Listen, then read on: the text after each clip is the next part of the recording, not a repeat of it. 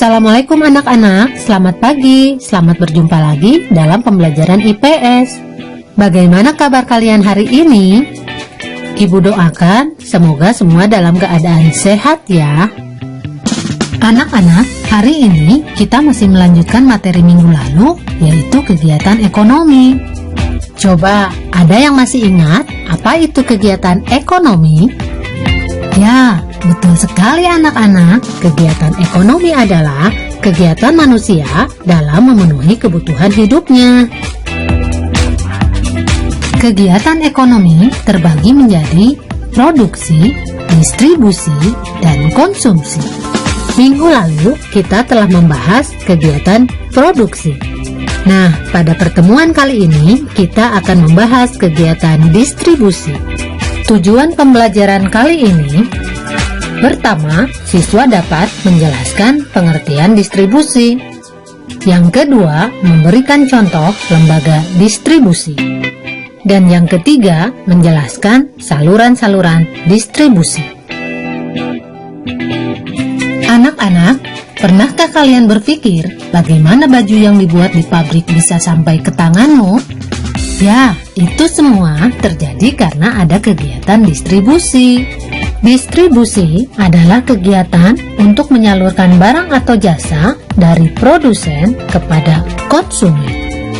Lembaga atau perorangan yang melakukan distribusi disebut distributor. Tujuan distribusi antara lain: pertama, menyalurkan barang dari produsen kepada konsumen. Yang kedua, agar hasil produksi lebih berguna bagi masyarakat. Yang ketiga, kebutuhan masyarakat akan barang atau jasa terpenuhi. Dan yang keempat, agar kontinuitas produksi terjamin. Lalu, siapakah yang disebut dengan distributor? Yang termasuk lembaga distribusi, pertama, pedagang, yaitu distributor yang membeli barang dengan tujuan untuk dijual kembali atas namanya sendiri. Pedagang terdiri dari pedagang besar dan pedagang eceran. Yang dimaksud dengan pedagang besar atau grosir adalah orang atau badan usaha yang membeli barang dalam jumlah besar, kemudian menjualnya lagi kepada pedagang yang lebih kecil. Sementara pedagang eceran atau retailer adalah orang atau lembaga yang menjual barang dagangan langsung kepada konsumen secara satuan. Yang kedua, ada perantara khusus, yaitu lembaga yang berfungsi untuk menyalurkan barang dari produsen ke konsumen, namun tidak bertanggung jawab apabila barang yang disalurkan tersebut tidak laku. Yang termasuk perantara khusus antara lain agen, maklar, dan komisioner. Yang ketiga, importir dan eksportir. Importir adalah orang atau badan usaha yang membeli atau mendatangkan barang dari luar negeri.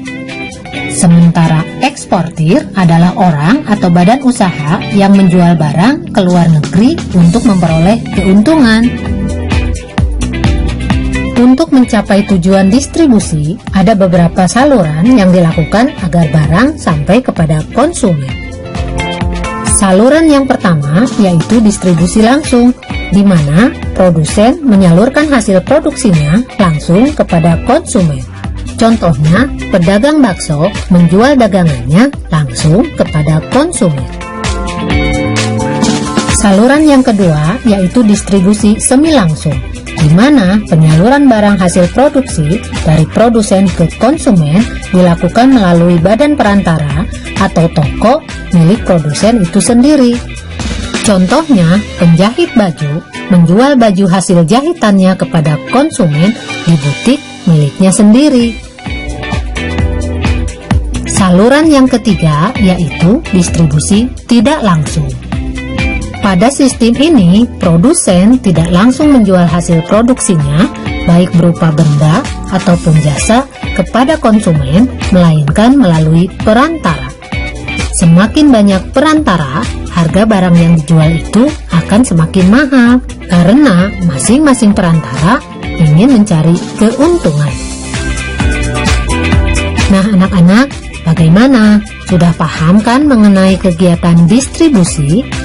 Baiklah, sampai di sini dulu pembahasan materi kita kali ini. Kita akan bertemu lagi pada pembahasan materi selanjutnya. Wassalamualaikum warahmatullahi wabarakatuh.